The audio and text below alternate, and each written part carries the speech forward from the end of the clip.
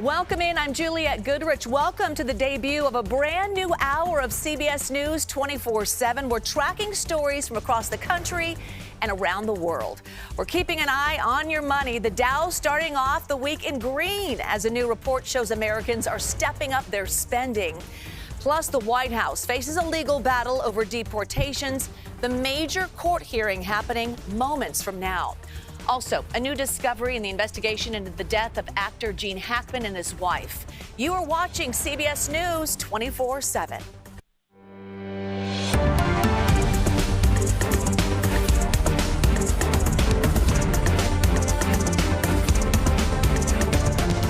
We turn to Wall Street right now, where the closing bell rang just moments ago. The Dow regained some ground today after President Donald Trump's tariffs put markets in a tailspin last week.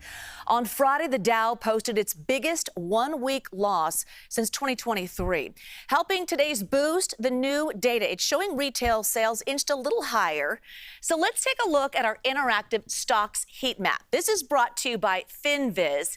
It's showing the top stock markets, 500 stock markets in real time. We'll show that to you. The red indicating the stock is down. Green means it's up, and the size of the box represents market caps. All right, so CBS News Money Watch correspondent Kelly O'Grady joining us now to walk us through what all of this means and what happened today on Wall Street. Hi there. Hey, Jules, good to be with you. So let me run you through where we ended on Wall Street today. I've got the numbers right in front of me. They just closed seconds ago. So the Dow finished up almost 1%, 353 points. The S&P 500 over 0.5%, up 36 points. And then the NASDAQ rounding that up, just about 55 points, up 0.3%. But basically all in the green this week, or rather today, which is great news after the roller coaster that we have seen the past couple of days. I always like to look at the top winners and losers in the Dow. It gets you a sense of what stocks are driving most of those gains. So Walmart and Nike, I was just looking at it before I hopped on with you. They were trading places as which was driving the biggest gains. Both were up about 2.5%, likely because of those retail sales, which I'll get to in a second. Biggest loser on the Dow, though, was NVIDIA. Keep a watch on that stock, though, this week. We've got the NVIDIA conference, and there is normally a big boost in that stock after all of the big product releases and that keynote from CEO Jensen Huang. Now, you mentioned retail sales. This was a really interesting one. We've been looking at this closely because the last retail sales numbers that we got for January actually showed a 1.2% decline. That was the biggest drop we had seen since July 2021. That, of course, comes amidst fears about tariffs and a drop in consumer sentiment. Today, we got an increase of 0.2%. So some of the investor, joy that you could see in the stock market today is basically that it wasn't negative. So it wasn't great, but it wasn't negative, which means consumers are still spending, just maybe not as much. And then the last thing that I'll round out today, Jules, with the market, it was a buying opportunity for a lot of investors that saw some stocks taking a beating. People jumped back in because getting those stocks like the big tech, Magnificent Seven, those NVIDIAs, and well, NVIDIA was down today, but those other ones, it's a good buying opportunity with the hope that there will be an increase at some point. Yeah, now, Kelly, I want to just show our big stocks map, our stocks heat map. Pretty cool, showing green territory today, big time, certainly fitting for St. Patrick's Day. This was not the case last week at all. It shows the 500 stocks in real time, so it's pretty cool technology. My question to you is, when we're talking about retail, fashion retailer Forever 21 just filed for bankruptcy. What do we know about that? And I know that some other companies like Shein and Temu are kind of taking the rise on that when it comes to consumer buys. I know that's big in my household. Mine too, admittedly. Right? So yeah, Forever 21, right? It's that discretionary store that you would go to at the mall to get the dresses, sort of the fast fashion type of thing. And Shein and Temu really undercut them. So they're actually able to send their products without having to deal with taxes or tariffs. It's because most of the orders, if you or I are placing an order with a Shein or a Temu, it's likely going to be under $800 unless you're doing some real damage before a vacation. And so they're able to sort of skirt that, whereas a Forever 21, who is getting still most of their product from China and other nations, they're buying in bulk. And so what they said in the filing is really Shein and Temu have undercut their business. They're trying to find a buyer, but right now it's looking more like it's going to be out of business sales in the future, as well as some liquidation of their assets. So not totally for sure yet, but it is looking like Forever 21 is in a tough spot based on the consumer buying habits as well as consumer spending less, Jules. All right. Good information, Kelly O'Grady. My kids still have a spending cap on those other ones that come to the doorstep, though. But, Kelly, thank you so much. Appreciate it.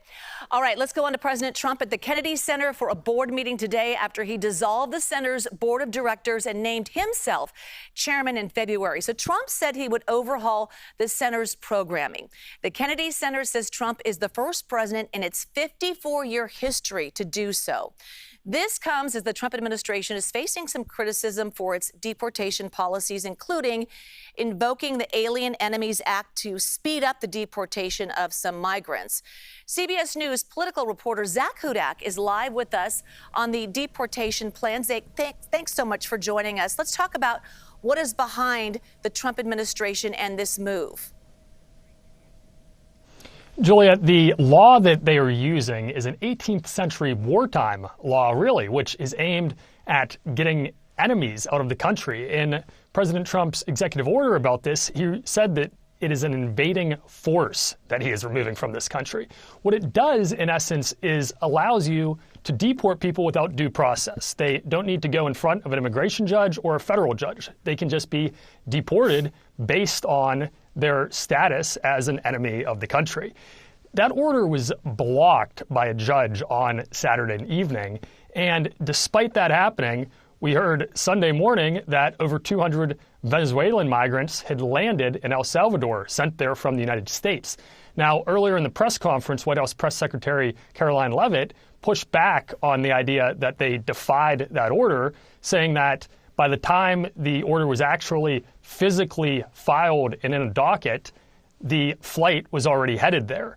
However, when the judge verbally gave the order, he said this is in effect now. The White House is pushing back on that assertion. But in essence, what they are trying to use this law to do is to deport people who are in this country illegally without the due process that they would typically be given. I want to ask you about President Trump. He's set to speak with Russian President Vladimir Putin tomorrow. What can we expect from that discussion? President Trump said on Air Force One last night that he could see them reaching a deal. Now, that might be optimistic, but asked about what kind of concessions he could see from Russia, he talked about dividing things up, specifically naming power plants and land. We heard from the Kremlin today. A spokesperson said that they hope to make progress on a deal in Ukraine, but also that the Kremlin sees this as an early step in setting the tone, they said, to revive relations between these two countries. So while this call on its face is a call to try to find peace in Ukraine, this is also sort of an olive branch between the countries. It is a step where if progress is made, it could ease some of the tensions between our countries, or at least that is how Russia's seeing it, and that is a possibility of the outcome. But I think what we can definitely expect is some sort of news tomorrow about the two of them either made some agreement or we're on different pages. It sounds like both sides at this stage are optimistic that progress will be made toward a deal in Ukraine. We will be monitoring that, our eyes on that, certainly. Zach, thank you so much. In just under an hour, a federal judge will hear the ACLU's concerns the Trump administration violated a recent court order blocking deportations under the Alien Enemies Act. CBS legal reporter Katrina Kaufman joining us now with more details. So let's talk about the Alien Enemies Act, how it might play out in court. Well, to start, there's actually been news leading up to this hearing, which is first, the Trump administration was trying to get the judge to vacate the hearing altogether. He had said that he was going to be asking them detailed questions about these planes that left and went to El Salvador with Venezuelan migrants after he had ordered them not to do that or to turn around any planes that had already taken off. However, this was denied by the judge. He said that this court hearing stands today, and now the Trump administration is trying to get the judge thrown off of the case. They say that he improperly turned it into a class action lawsuit, and they will not be forced to answer questions about national security at today's hearing. So, Katrina, we know that President Trump did post on social, on Truth, that he was going to void President Biden's pardons. What can you tell us about that? And then also, I want to talk about how he also took aim at the January 6th committee, which investigated the Capitol attack. Can he do that? The short answer is no. The pardon power is written into the Constitution. It is unprecedented to take that away from a president, and really it makes it null and void in the first place. Why use the pardon power if the next president could come into office and then just override it? But what Trump has been saying here is that he claims Biden used an auto pen to sign these pardons and that made it invalid. The truth is that in the Constitution, it doesn't actually say these need to be signed. I've never heard that, an auto pen. So can that be a legitimate pardon then? I mean, auto pens have been used by presidents. I think it dates back to Obama. So there's no evidence that Biden actually used this, but it has been used in office to sign official orders, and there's never been an issue before. Okay, fascinating. All right, Katrina, thank you so much. Appreciate that information. All right, moving on. Deadly storms slam the Midwest and the South. A look at the damage and how communities are picking up the pieces. Plus, what's the beef? Why New York and Texas are at odds over a cut of meat? Next.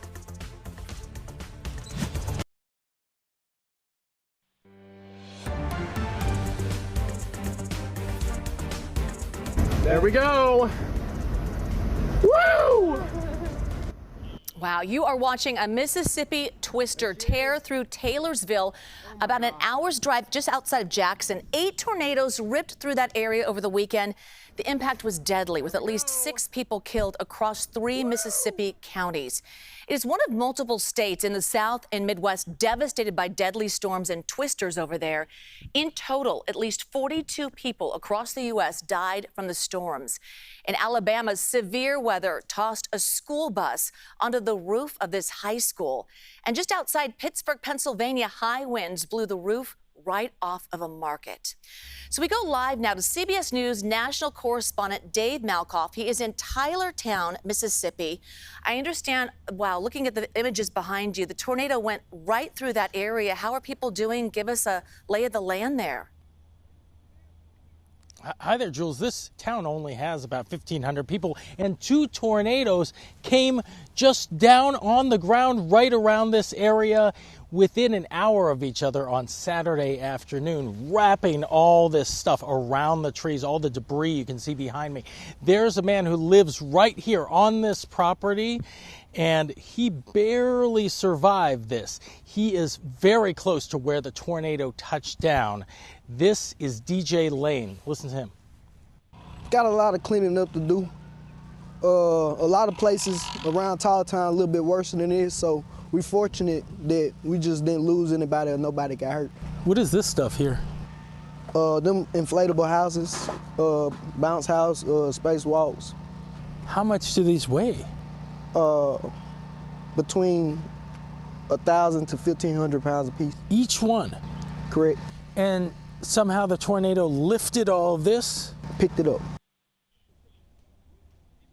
Like it was nothing and just slammed it down. Let me show you where DJ lives with his mom in this house right here. Look at how it's untouched, Jules. And then right here, this is where those bounce houses are, and these are extremely heavy. Remember, he was saying they're about 1,500 pounds each. You have to have a forklift to raise those up. So we had all of this destructive weather pushing through the country over the weekend. We had, let's just count it out, we had wildfires, we had a dust storm that was very severe, then we had all these tornadoes, we had flash flooding, straight line winds, And on top of all that, 60 miles from where I'm standing right here in Mississippi, there was a 3.0 earthquake. The governor of this state was very surprised about that, but he is doing his best to make sure that everybody has a place to stay tonight. He was saying yesterday there were some 200 people that were displaced. 6 people in this state were killed by those tornadoes just in Mississippi. That's devastating. You know, Dave, I'm just looking at the images behind you. You've got one home that's gutted and then the other one standing. Is that the case along the block there? Was it kind of hit or miss? It's just surgical strikes. That's what happens when tornadoes drop out of the sky. You've got that twisting that comes down, and then it kind of picks and chooses which buildings it's going to hit. This one, we just had this one structure destroyed. If we walk over here just a little bit, we can show you how the trees are snapped right in half, and this just goes on and on and on throughout the scar of the tornado going down there. And there's another neighborhood across the street that is also devastated. So 2 tornadoes touching down in just about a mile or so between those two right here, about a dozen of them in this state. So it was a really, really wild weekend for a lot of people. And unfortunately, 6 people did lose their lives here in Mississippi. Dave Malkoff. Dave, thank you so much for walking us through that. Let's get to Jessica Birch now. She's going to walk us through what's happening in that area and the surrounding areas. Well, you know, you just look at the weekend and you see over hundreds, I mean, there's been hundreds of reports of tornado activity just across those 9 states alone down in the South. He highlighted Mississippi, and you saw the devastation in full force. Luckily, the storm system has moved offshore now, off the East Coast. However, you look at what it did and what it's caused when it comes to the destruction. It came at such a fast pace, and it impacted millions of Americans widespread. So here's where it's at right now. We take a look just offshore, areas of the mid-Atlantic all the way up into the northeast. That storm system will continue to bring in about 2 more inches of rain today, closer to areas like North Carolina, up into D.C. But the next system comes right behind it, and this one's going to bring in more thunderstorm activity for our friends down south and across the Midwest as it moves its way into the mid-Atlantic. It's also going to bring in plenty of snow to the north, too. Take a look behind me, though. Let's take it a step back and talk about just the past 72 hours. Now, there were over 100 tornado reports across states along the south and across the Midwest. Now, you take a look at other things, too. Severe thunderstorm warnings issued by the National Weather Service. There were over 600 throughout all these zones and counties, just throughout the Midwest and the South alone. And then, of course, flash flooding was the other big concern. We saw that storm line just sweep throughout pretty quick, leaving behind a lot of damage. And as we head into the next 72 hours, luckily they are going to catch a break, which is much needed after so much devastation. But we do keep a close eye on that next system on the back end. Now, this system right here, as we head into the afternoon hours today, could bring up to around 2 inches along the Outer Banks, just closer to places like North Carolina, all the way up into Virginia. You head a little bit more north, closer to Boston, all the way up into Maine. It's a very similar trend. Back to you, Jules. Jess, thank you. To New York now, our Eye on America. Today's story focusing on the role immigrants play in the nation's food supply. We found essential workers on the farm, driving the trucks, stocking grocery shelves, and even bringing new foods to market. CBS News' Nikki Batiste reports on an immigrant story inspired by the American dream.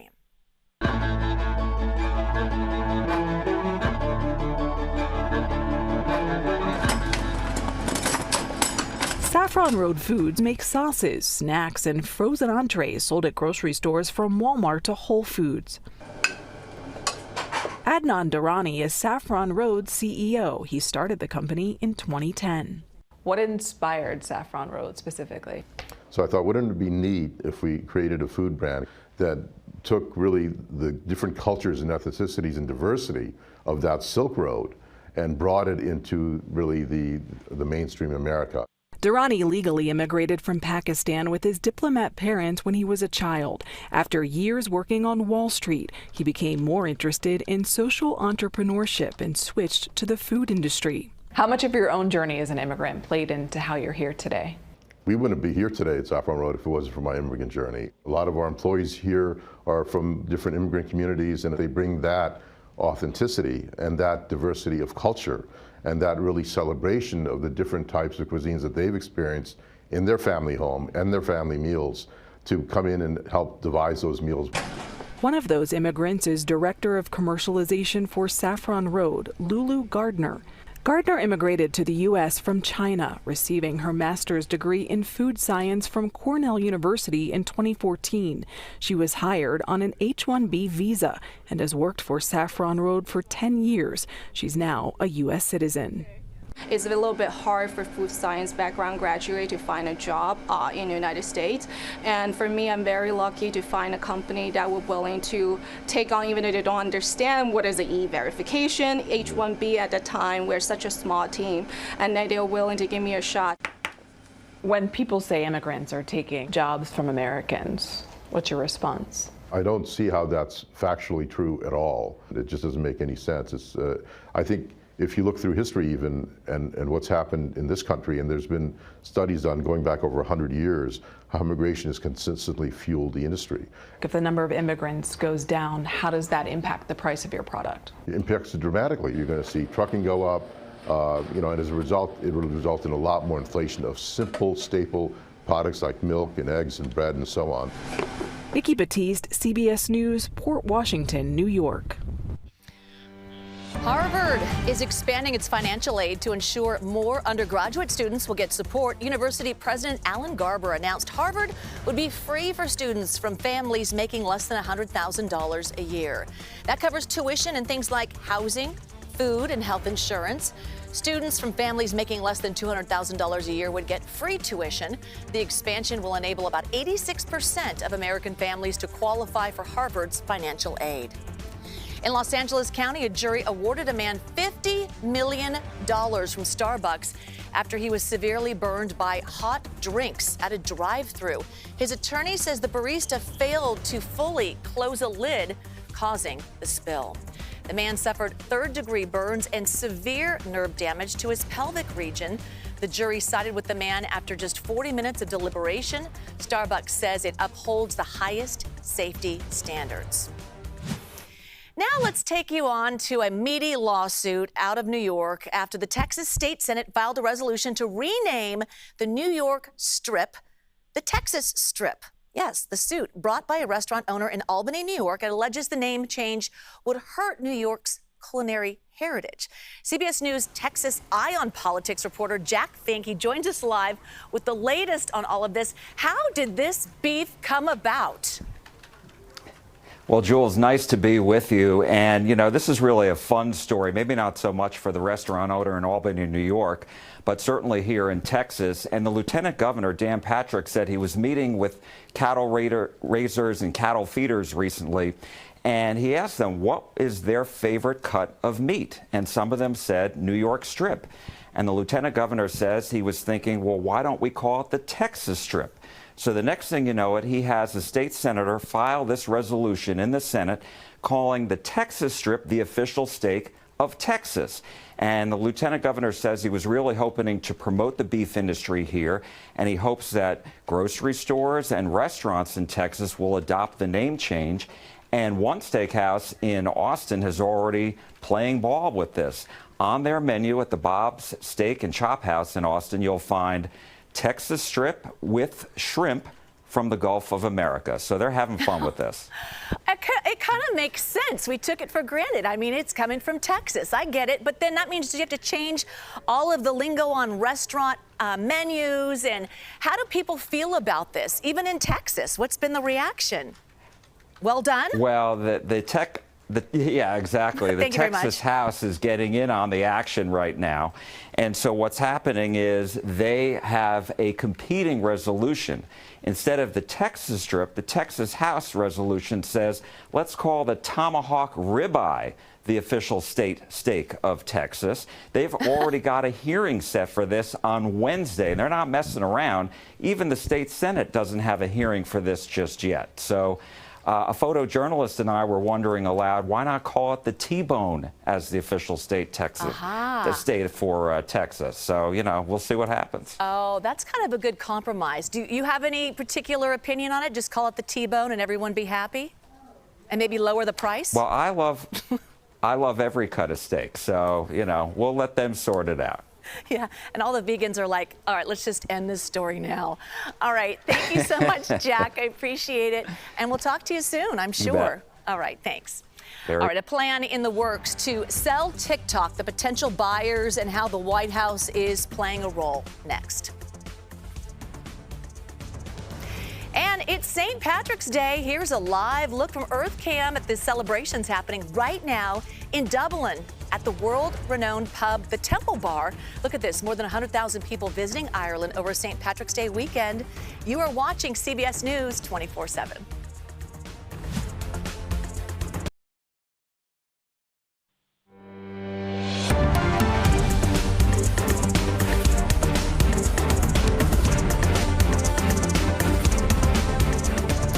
President Donald Trump says a deal is in the works to save TikTok. The fate of the social media app lies in the hands of his administration as the deadline for a nationwide ban looms. According to the president, multiple bidders are in the running right now. So let's bring in tech journalist Yasmin Khorram with the latest on this. Okay, so who is the top contender to take over TikTok? TikTok users just want it to keep going. That's all they care about. They don't want to shut down. Right. Multiple reports suggest right now that Oracle is the top contender here, and we're going to hear a lot of noise around this as the April 5th deadline approaches. Now, top Trump administration officials, including Vice President J.D. Vance, has signaled that he wants to get this deal done. Why is Oracle a top contender? A couple reasons, I'm told. First, it's a key provider for TikTok, key service provider. And if we rewind back to 2020, when Trump was originally trying to ban TikTok, Oracle was a top contender back then. So they might have some kind of framework in place already. Juliet, this is an incredibly complicated deal. If it happens, it involves spinning off TikTok's operations, user database from ByteDance. We reached out to both of them and have not heard back. Okay, so let's talk about the other bidders. So we've got Oracle. I'm sure that Elon Musk is somewhere in the grouping, correct? He is. The White House has been tight-lipped on this. Okay. But some people that have raised their hand and shown interest, Frank McCourt, former LA Dodgers owner, he has joined forces with Kevin O'Leary from Shark Tank and Reddit's Alexis Ohanian. Between the three of them, I'm sure they have the cash to make it happen. Right. And of course, we keep hearing about Elon Musk. He's with the president every single day, but Elon has a full plate. He's can he dip into all of these things? He might want to, Right. but he's running X, which is a competitor of TikTok's. Okay. I'm not sure if regulators would allow that. Couple antitrust concerns. There's a lot at stake here. 170 million TikTok users are up for grabs. Oh my goodness. All right, Yasmin, thank you so much. Keep us up to date on this. All right, appreciate it. 2 American astronauts who've been at the International Space Station 9 months longer than originally planned are one step closer to coming home. CBS News senior national correspondent Mark Strassman has more on the mission to bring them back to Earth. Ignition and liftoff. Finally, the beginning of the end, launching an overdue homecoming for Butch Wilmore and Sonny Williams. After liftoff Friday night, their replacement crew, 4 fresh astronauts, led by Commander Ann McClain, arrived at the space station early Sunday morning. Among the welcoming party, Wilmore and Williams. It was a wonderful day. Great to see our friends arrive. So thank you so much. After a short handover, Wilmore and Williams, along with NASA astronaut Nick Hague and Russian cosmonaut Alexander Gorbanov, will board a different SpaceX capsule and return to Earth on Tuesday. People are always ready to get back home. Ken Bowersox, a former astronaut himself, now leads space operations for NASA. It's always a little bittersweet, right? You miss your family, but you love being on space station. How do you think they've handled it, all the attention? Butch and Sonny have been great. I can't say enough positive things about them and how proud I am of them. Wilmore and Williams' space saga is unlike any in recent memory. Back in June, their ride to the ISS developed propulsion problems. Their original 8-day mission stretched into more than 9 months. I'm looking forward to sitting across from them and hearing about their perception of how things went and all about their time on orbit. And what a story they'll have to tell. Mark Strassman, CBS News, Atlanta. An update now on the investigation into the deaths of actor Gene Hackman and his wife. There's new evidence. It paints a different picture of the timeline of the couple's final days. Last month, police found Hackman and his wife dead in their New Mexico home. Investigators say Hackman died a week after his wife. Let's bring in CBS News correspondent Chanel Call with the latest on how this kind of changes in the timeline. Thanks for joining us. Hey, Jules, good to see you. So some new details today coming to us from the Santa Fe County Sheriff's Office. Officials now say cell phone data has revealed that Gene Hackman's wife, Betsy Arakawa, called a medical concierge service sometime before she died. The service says they returned her call twice that day, but they never heard back. Now, notably, Jules, police say that call happened the morning after she was previously thought to have died. Hackman is believed to have died about a week later due to advanced heart disease. But the timing here is so key, right? It could impact Hackman's massive $80 million estate. Hackman, we know, had left that to his wife, Betsy, and did not name his children in his will. And Betsy had left her estate to charity. So now, Jules, legal experts say this new information around the timing of their deaths could determine what happens with their fortunes. So some really big questions here about whether Hackman's will is now essentially void because it does appear his wife died first. And I know that there was a court decision today. Can you talk about that? It's talking about not sharing autopsies and photos and videos, keeping that private, correct? Yeah, that's right. So this is a temporary restraining order. It was requested by Julia Peters, a representative for the couple's estate. So essentially, she asked a New Mexico court to seal the records in this case to, she says, protect the family's right to privacy while they grieve. So this will now mean that any sensitive photos and videos of the couple inside their home and their deceased animals will all be off limits. That also will include any records from the medical examiner and certain footage from the body cameras of the sheriff's deputies who responded to the home. The court now, Jules, has agreed to seal all of that evidence, at least for now, but we know a hearing has been scheduled for later this month to argue the merits of that request. Chanel Call. Thank you, Chanel. March Madness, it's back, and we have some really cool technology that we call Bracket Mountain. What is it, and can it help win your pool? Yes, that's next.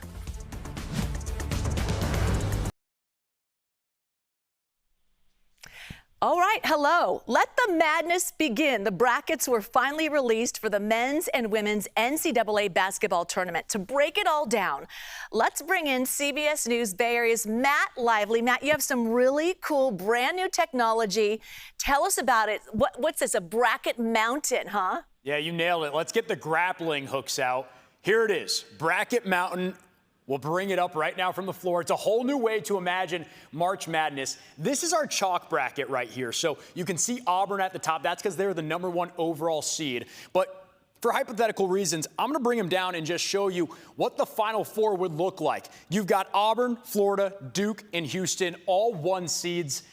What's interesting enough about these schools is that none of them have actually won a national championship in the last 9 years. The last time that one of these schools won a tournament was Duke back in 2015. But as you know, in March, always a lot of madness. You've got to look out for some of those smaller schools, Juliet. Oh, the hidden gems. Yes. Absolutely. Okay, so tell us, what Cinderellas do you have your eye on next to Bracket Mountain? I'm so glad you asked. Thank you. I'm going to bring up a bracket now that focuses on all of those Cinderella picks. Okay. And I'm going to turn on our win-loss effect, which is really cool. You can actually see how all of these schools would have theoretically gotten there. So we'll start in the East region. VCU, they've been in the tournament 14 of the last 21 years. 35% of CBSSports.com users have them beating Mizzou in the first round to move on. If we spin to the south, this is where we find UC San Diego, one of my favorite stories of the tournament.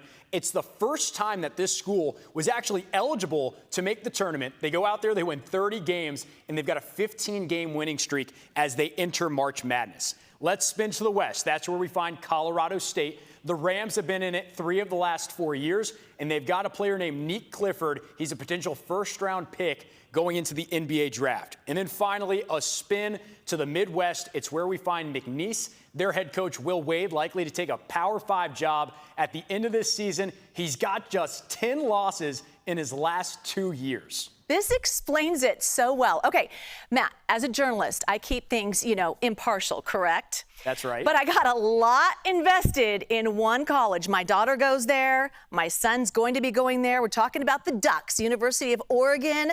There, Matt, can you see my daughter with the arrow? There she is. Yeah, there she is. She has the green hat on. Can you see that? Okay, that's my other daughter, my son, my husband. There we go. Okay, so we're a little bit invested in the Ducks. Can you just share your Duck, I mean, info? listen, the Ducks love March Madness. Yes. They're in the Eastern region. They're taking on Liberty in the first round. Last 8 trips that Oregon has gone, they have 0 losses in the first round. So I'm going to spin us to the East here. And just for you, Juliet, yes, I'm going to show you what it would look like if Oregon won in the round of 64, then the round of 32, through the Sweet 16, into the Elite 8, and then we're going to raise up the Ducks. They would go all the way to the Final Four. I'm feeling confident for you. Really? Maybe, maybe not. But hey, listen, Dana Altman's a great coach. Maybe your daughter can sprinkle a little bit of luck on the bracket. I don't know. Will it lower the tuition if they win? Probably, raise it up a little bit, unfortunately. That's true. Success of sports programs usually means that the bill goes up a little bit for the tuition payers. But I'm loving this bracket mountain. Did you ever think you'd be able to deliver March Madness in this way? It is really cool. And visually, it helps me see it all out. Think of how much paper we're about to save. I don't have to rip up a bracket after every single game that my team loses. It's going to be very refreshing. Throw to in the just look at trash the can. mountain. Yeah. I love it. Okay, do you have a pick? Are you allowed to share your favorite? I'm still looking through the bracket, but right now I really like the University of Florida. They've got a great coach. They've got a great roster. They've got a lot of great scores, and they just won the SEC championship. If I brought them up here on what would be our chalk bracket, I can spin it around. Let's get Auburn and Duke. They're out of there. We'll have Florida raising all the way to the top. That would be my pick. If you had to ask me right now to put a whole bunch of money on it, I've got the Florida Gators. A whole bunch of money. Oh, Matt Lively, thanks, Matt. I love that. And we will stay tuned and see what happens. Thanks, Julia. All right, thanks.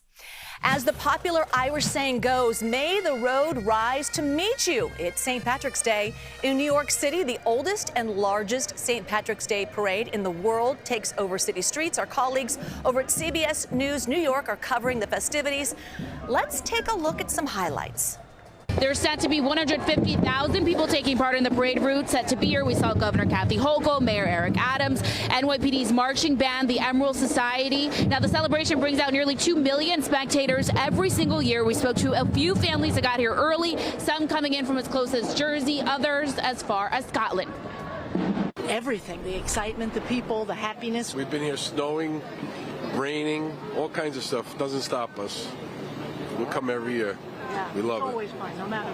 We weather the storm. We're super excited. Kara flew in from Colorado, so we were like, we're not going to miss it. And like Al's from Scotland. Why is the rain going to stop us? You're not really Irish if you're not going to enjoy if the rain's going to stop you. Fantastic to be here supporting my Irish kind of compadres. So yeah, just really, really excited. First time and really happy to be here. Lost at sea for nearly 100 days, how a fisherman survived that long in the Pacific Ocean. His incredible story next. You are watching CBS News 24/7.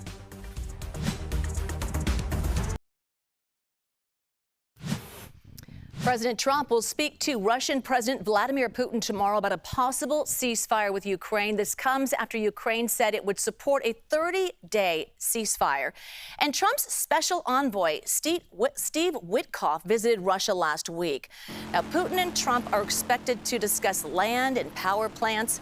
Russia is currently occupying about 20% of Ukraine, including a nuclear power plant, after Putin chose to invade the country 3 years ago. U.S. Central Command says it will continue operations against the Houthis in Yemen until the group ends its attacks on international shipping. But the Houthis signaled that could escalate attacks in response to U.S. strikes on Yemen. The Houthi-run Health Ministry says at least 53 people died in the biggest U.S. military operation in the Middle East since President Trump took office. Nearly 60 people are dead and more than 100 are hurt after fireworks sparked a fire at a nightclub in northern Macedonia. The band playing on stage urged the crowd to escape as quickly as possible, but there was only one exit. A vigil was held in honor of the victims earlier today. Local authorities say the number of people inside the club was at least double the capacity at the time. They are now investigating safety code violations and possible bribery of safety officials. The Vatican is giving us our first look of Pope Francis since his fight against double pneumonia began in a Rome hospital. So this photograph to our monitors shows the Pope celebrating Mass in a hospital chapel.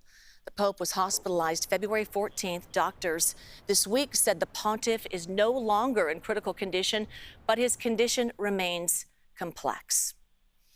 All right, our monitors taking us to Denver, Colorado, where the Stand with Immigrants march takes place outside the state capitol. CBS News' Colorado's Ashley Portillo reports participants are rallying in support of immigration rights. Organizers of this protest and rally tell me they're marching to the Colorado State Capitol here in the city of Denver today because of what is happening and what they're seeing in the country right now. They say there's a lot of fear right now and attacks are happening on the Latino community. So today, more than 500 people have gathered and are marching to the state capitol to advocate for policy that would support the Hispanic and Latino community. Many of them also spent the weekend in the city of Denver learning about policy issues and preparing for their conversations with state senators as well as state representatives. Now, they're proposing a set of 6 different bills to lawmakers. Those include bills about economic issues and protecting worker families, getting fair wages, reproductive health care, as well as immigration. Now, I'm also told these are also policies that matter to both rural and urban Latino communities here in the state. We know that whether it's economic issues, whether it's immigration, a lot of those laws belong in the federal government. And we need Congress and we need the White House to pay more attention, to actually fix some of these problems that have kept working families from succeeding, from thriving here in Colorado and elsewhere. And here they are now arriving to the Colorado State Capitol here in Denver. Now, the Latino community has held rallies and protests like this for nearly 2 decades. And I'm told to date, more than 6,000 Latinos and Latinas have participated in Latino Advocacy Day. Back to you. A harrowing journey turned triumphant for a Peruvian fisherman. He spent 94 days lost in the Pacific Ocean. How did he survive? He ate roaches, birds, and sea turtles. The fisherman left on a small boat back on December 7th. He packed enough food for 2 weeks, but stormy weather hit about 10 days in, blowing him off course. The fisherman says thoughts of his mother and his 2-month-old granddaughter kept him going. All right, on to Southern California now. An eagle chick that recently hatched has now died after a snowstorm. So the Friends of Big Bear Valley had been monitoring the eagle family, led by parents Jackie and Shadow, via a streaming camera near their nest. So through the stream, the eagle family also attracted the attention of wildlife enthusiasts nationwide. Jackie and Shadow have 2 surviving chicks. Severe storms hitting the South. Our CBS News team, our social news team, has so much great content on our TikTok and Instagram pages. We want to give you a taste. So CBS News correspondent Jason Allen is in Missouri with a look at the damage. This was a spot that got hit by an EF3 tornado. You see these spots over here, the empty spots. It's because the houses or the trailers that were on it, right there, you can hear them, a lot of wind blowing today. And a lot of this stuff is not even close to where it was anymore. I'm gonna turn around and you can see all of this pile, all these piles back here. In a lot of cases, you can't tell really where one house or one trailer stops and the other one starts. And that's the situation that people have now, trying to pick through all that and find something that they can salvage. Our social media team has so much great content like this on our TikTok and Instagram pages, so follow us at CBS News. It takes you there. America Decides with Major Garrett is next. You're watching CBS News 24/7.